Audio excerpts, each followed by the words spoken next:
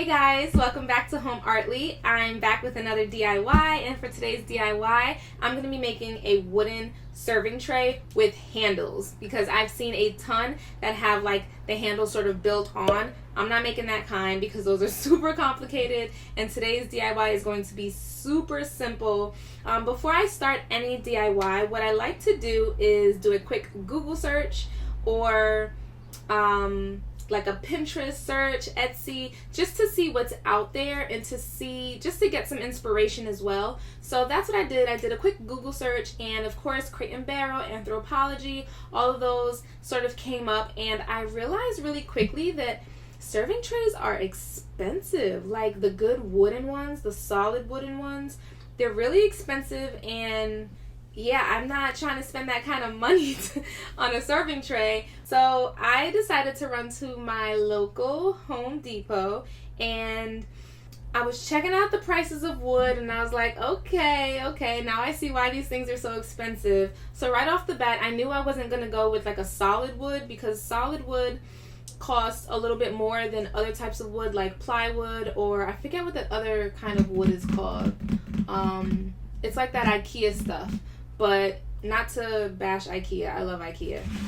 Those drawers right there are IKEA. I'm just saying. But anyway, I decided to go with plywood because plywood is pretty lightweight. It's super affordable. I got this really big piece of plywood for $6.79, and it was actually bigger. Let me see if I can find. It's right here. So it was really this big. Y'all can see that. But yeah, I got it cut because I didn't want that big of a tray, because then I'd be walking around like this, and that's not a good look. That's not the look I was going for. So anyway, I decided on this one for two reasons.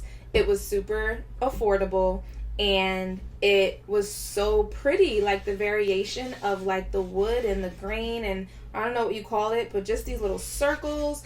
I could imagine right away that when I stained it, it was just going to look so pretty, and I wasn't going to have to put too much thought into the design afterwards. First, we're going to head outside. I'm going to give this a good sanding all over. I'm going to sand this front, back, everything, sides. I'm going to sand these parts as well, and then we'll head back inside and talk about the next steps. Since I want a pretty large tray, I had my plywood cut to 24 by 15 inches, since this is the largest I can go for holding my tray comfortably in my hands. And for the additional pieces, I had one set cut to the same length of my tray, 24 inches long, and the other set was cut to 13.5 inches long.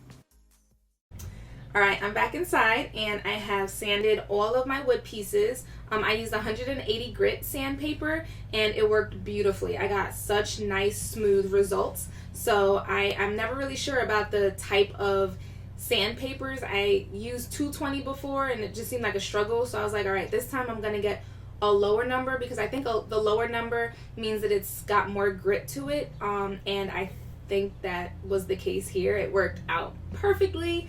So the next thing I'm going to do is I'm going to be using my wood glue, which I've got around here somewhere. I'm going to be using my Gorilla wood glue, and I'm going to glue on both the actual wooden tray, the plywood, and I'm going to glue onto my sides, just so that I make sure that there's enough glue on both surfaces. And then I'm going to clamp down. I'm realizing that I'm pointing here as if I'm going to glue it here, but I'm not. I'm going to glue on the edges because I want this side upwards. It's about 1.5 inches, so I want that height on each end of my tray. So let's get started with that. So originally I thought that applying my wood glue to both ends of both my wood and my edge would give it more security, but that's not necessarily true. In fact, it just made cleanup a lot harder and messier. So for the future, I think just taking your finger and smoothing out your wood glue on one end will suffice. Also, you can't see it, but I did end up having to go back to add wood glue to the ends where my edges connect because I forgot to do that the first time around.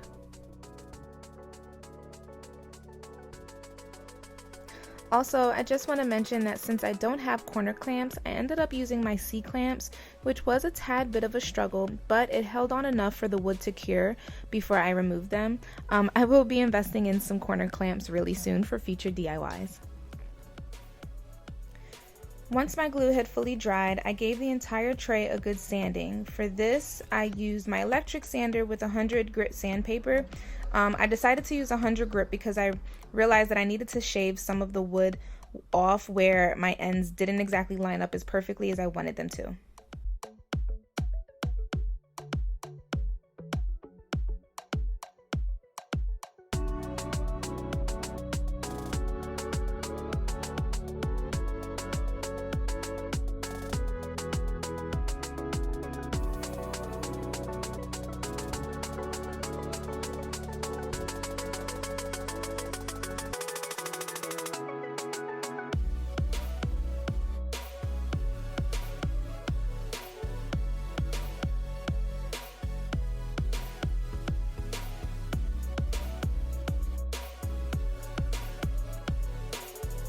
I decided to go with this oil-based stain by Minwax. Minwax is such an amazing brand because it's affordable, it's long-lasting, and the color options are so great. I went with this walnut color and I applied 3 coats to my tray, being sure to sand each coat in between before topping it off with a polyurethane top coat. And what the polyurethane top coat does is it helps preserve whatever it is that you just stained, and in my case, since it's a tray and I'm going to be using it to put food and stuff in it and drinks, I want it to be able to hold up to any spills and, you know, wiping it out. A polyurethane top coat for any oil-based stain is highly recommended, and it's going to keep your DIY looking brand new for years.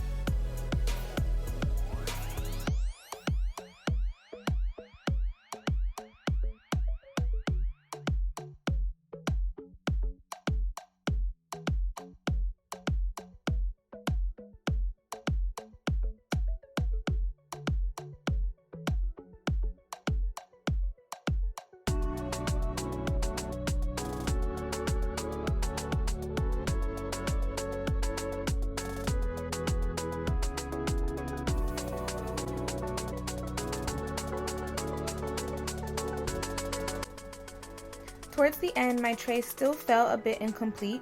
I had this square wooden dowel that I had picked up along with my plywood at Home Depot, so I cut it down to size. I added it in the middle so that it now serves as a divider, and it's exactly what my tray needed to make it feel complete.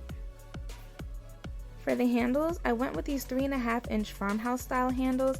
I love that these are insanely easy to install because the screw is right at the top and they're right on trend.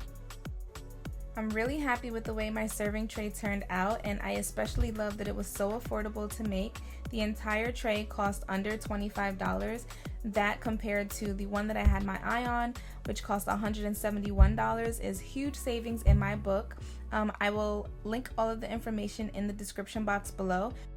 I hope you all enjoyed watching this video as much as I enjoyed making it for y'all. Remember to subscribe if you aren't already a subscriber, and turn on the notification bells as well so you don't miss out on when I post new videos just like this one. I'll see you in the next one. Bye.